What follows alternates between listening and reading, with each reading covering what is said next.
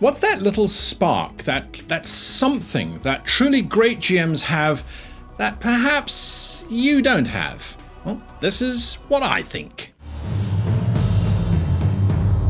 Hello and welcome to this week's episode of How to Be a Great GM. As you can see, we're trying something a little bit different. So let me know what you think in the comments down below as to whether you like this new format or not. Now, today we're talking about something that is very personal. It's very difficult to do if this is you. And it's also something that I think separates truly great GMs from GMs who are just good. And what I'm talking about is I'm talking about honesty and truth. Now, you kind of go, well, where does honesty and truth come from? I mean, what does that have to do with anything? Why do we care about honesty or truth? What does that mean from a role-playing perspective? Quite simply, truth is when I am wanting to be a certain type of character, when I want to put on an accent, I am being true to myself as a role player. When I am loud and dramatic and things explode and there's fire everywhere and none shall pass, all that wonderful stuff. When I am doing that, I am being true to who I am and to what I am as a person. Now, I know this comes as a surprise to some of you, but there are a lot of people out there who can't embody that truth, who don't want to embody that truth, or who are too afraid to embody that truth at the table. I see this all the time. People say, oh, I'd love to try and do accents, but I'm not very good, so I don't want to do it. When I was in Japan, this for me is the entire reason why the Japanese role-playing space is so interesting. Everyone's afraid of living their truth. So if you are someone who doesn't care what other people think, that I think is a bit of a misnomer, by the way. I don't think that's entirely true. I think there is a difference between caring about what other people think, which makes you a compassionate, empathic human being, and realizing that when you are true to who you are as a person, people will go, I like that person. I think that person's great. I think that person is a great storyteller, because they get so involved in their story. They really believe it.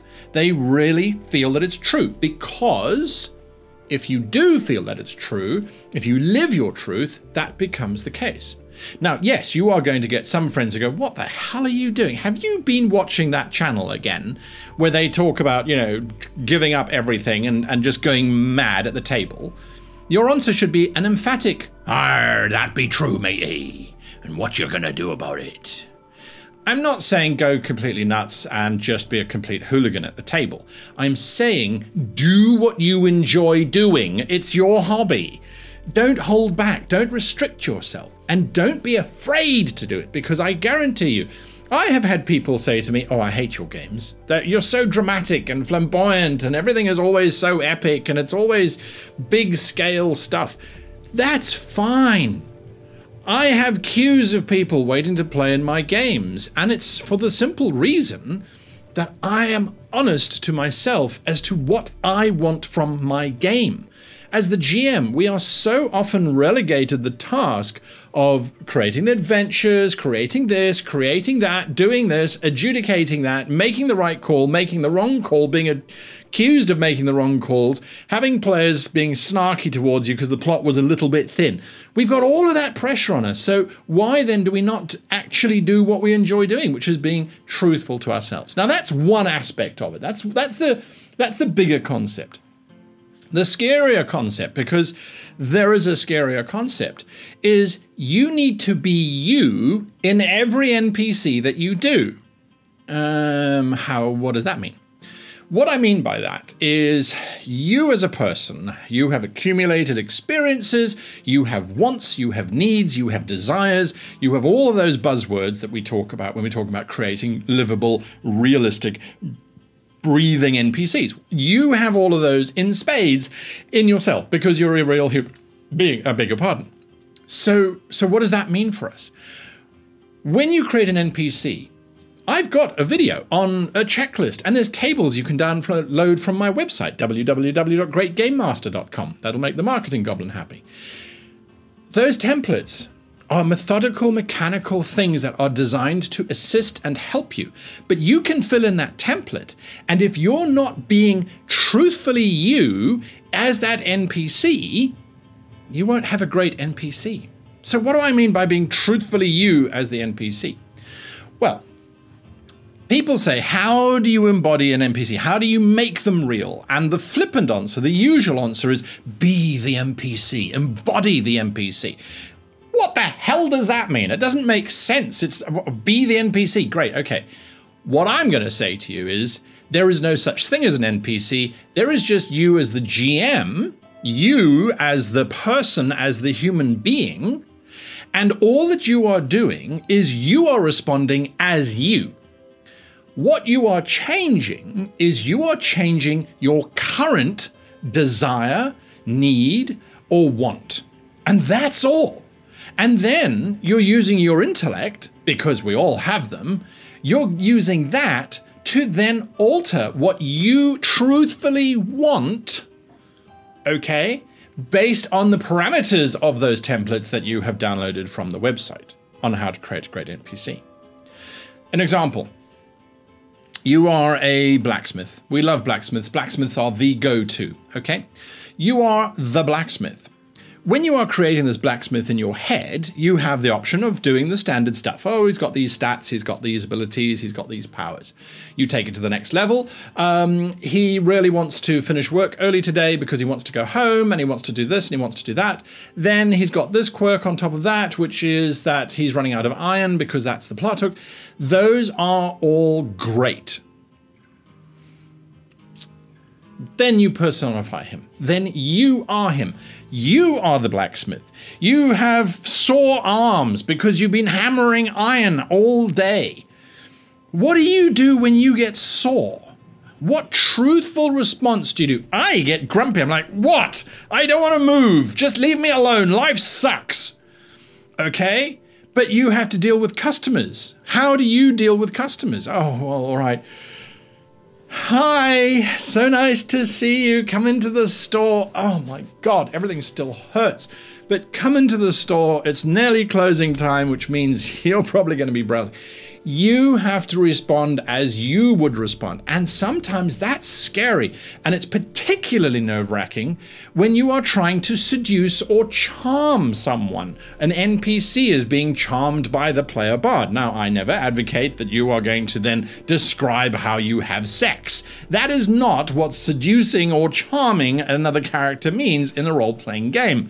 So don't even start typing that comment. What I'm talking about is the bard looks at the princess. How is the princess going to respond to the bard? Be truthful. How do you respond to someone engaging you with possibly a hint of they want to get to know you better? Are you kind of, are you, I mean, is this a thing? Are we, is that, I mean, statistically on paper, you have great charisma. And you're saying all the right things and you're giving me all the cues. So maybe I'm a little bit flattered, actually. I'm kind of nervous. I'm a little bit excited. Channel that. Find that space. What do? Find your honesty. Find your truth. How do you respond to those situations?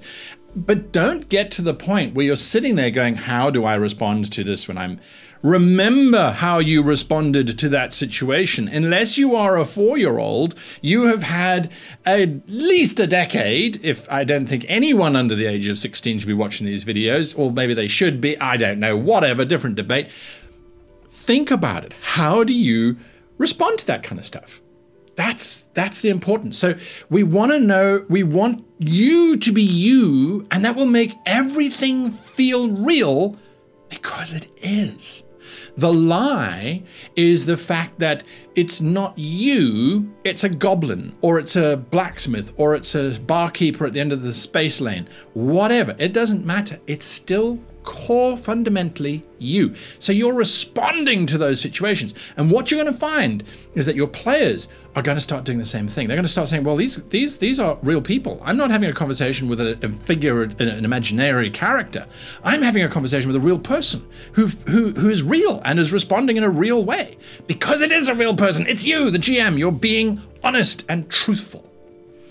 That's it. I'm not going to say any more on this subject. It's a very complicated subject. It's a deep subject. And it's a subject that once you grasp, you'll realize that a lot of the GMs that we love watching, that we love emulating, that we're trying to be like, that's what they do, is they're truthful to themselves. They put themselves out there and say, this is me, folks. This is what I would be like if I was a blacksmith. This is what I'd be like if I was a goblin. This is what I'd be like if I was a master starship captain. Imprint some stuff on top of that, but ultimately, if you answer truthfully as you would answer in real life, then that's the way.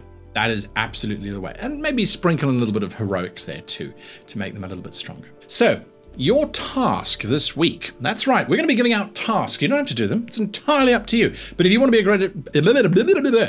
be a better GM, you might want to try and practice one of these. Your task for this week is to design an adventure that is a retelling of your most embarrassing moment. Personally, your own personal, real embarrassing moment.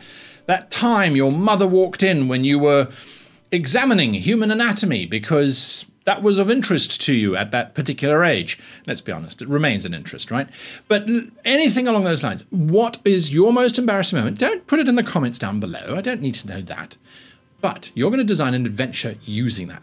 Find the truth in yourself and put it into your NPCs. I guarantee you, your players are going to be going, whoa, this was intense. This was insane. If you think this video has at least inspired you or motivated you, or maybe you've just gone, what a waste of time, I do this all already. I don't know. Leave your comments down below.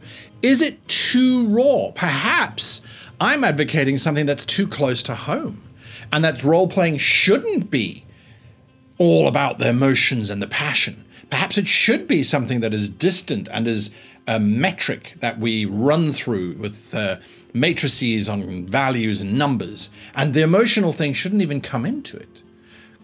I don't know. What do you do? How do you live your truth, or do you avoid it completely? Are you someone who doesn't go anywhere near there? In the comments down below. It's fascinating to see and to talk and to discuss. Of course, you could hit that like button if you really wanted to show your appreciation for this video. And of course, the subscribe button will let you know when stuff is going on, and it will show support for the channel. And that's always useful in terms of keeping the channel going and showing me that I'm not just wasting my time. So that means let's see who sponsored today's show. Today's video was brought to you by Tabletop Wizard. Now, tabletopwizard.com, link here, is a free-to-use tabletop linkage finding site. You want to find players to join your game? Tabletop Wizard. You want to create a game and get players to come and join your game? Tabletop Wizard. It's got everything that you could hope for in terms of finding people, bringing people together, and then you go and play your game wherever it is that you so choose. As I mentioned before, it is free to use. Sign up and go for it.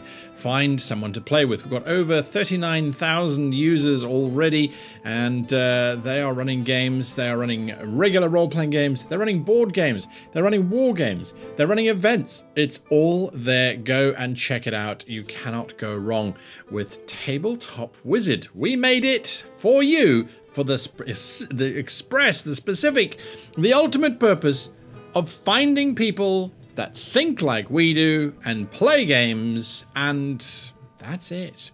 Tabletop Wizard. Until next time, thanks to all of our Patreons for supporting the channel, and thanks to you for watching all the way to the end. Until next time, I wish you and yours the very happiest of gaming. Today's video is brought to you by us. We brought it to you. We did it. That is to say, our very own tabletop. No, f*** that shit.